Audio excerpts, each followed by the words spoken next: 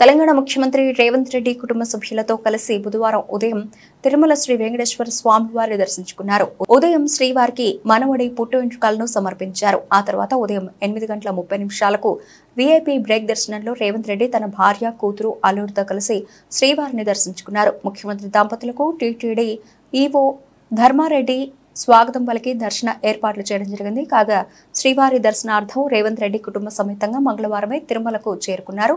పద్మావతి నగర్లోని రచన అతిథి గృహంలో రాత్రి బస చేశారు.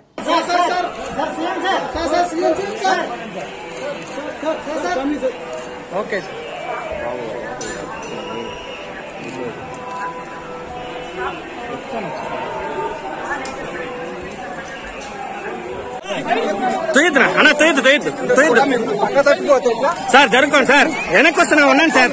సార్ వెనక్కి వచ్చేస్తున్నాం, సార్ వెళ్తున్నాం సార్. తెలంగాణ రాష్ట్ర ప్రభుత్వం ఏర్పడిన తర్వాత స్వామివారి దర్శనం చేసుకోవాలని ప్రయత్నం చేసిన ఎన్నికలు, స్థానిక పరిపాలనలో కాస్త సమయం దొరకకపోవడం వల్ల ఈరోజు స్వామివారిని దర్శించుకున్నాం.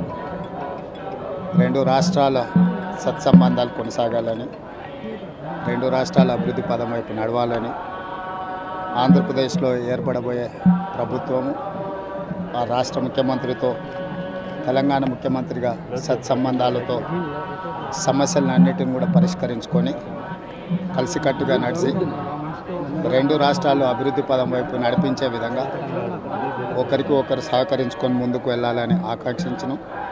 అదేవిధంగా తెలంగాణ రాష్ట్ర ప్రభుత్వం తరఫున కొండ మీద ఒక సత్రం నిర్మాణము, కళ్యాణ మండపం నిర్మించి తెలంగాణ నుంచి వచ్చే భక్తులకే కాకుండా దేశం నలుమూలల నుంచి స్వామివారిని సందర్శించుకునే భక్తులందరికీ కూడా సౌకర్యాలు కల్పించడంలో తెలంగాణ రాష్ట్ర ప్రభుత్వం కూడా భాగస్వామ్యం తీసుకోవాలనుకుంటుంది.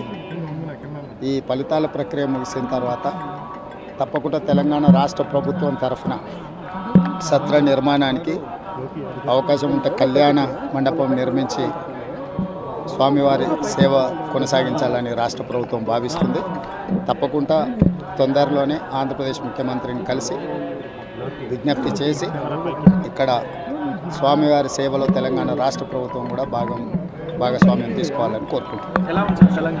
కొండ మీద రాజకీయాలు మాట్లాడకూడదు. తప్పకుండా మంచి వాతావరణం ఉంది, వాతావరణం కూడా అనుకూలించింది. గత సంవత్సరం కరువు వచ్చిన, తాగునీటి సమస్య ఉన్న సమస్యలను అధిగమించి మంచి ఋతుపవనాలు, మంచి కాలం అవుతున్నది. వానలు పడాలి, పంటలు పండాలి, రెండు రాష్ట్రాలు సుభిక్షంగా ఉండాలనే మా ఆలోచన. ప్రకృతి కూడా సహకరిస్తుంది. తప్పకుండా పాలకుల మనసులో ఎలాంటి స్వామివారు ఒక ఆలోచన కలిగించి తప్పకుండా ఆ ప్రాంత రైతులకు సహాయం చేసే విధంగా వానలు పడి పంటలు పండుతాయి. మా ప్రభుత్వ కార్యాచరణ కూడా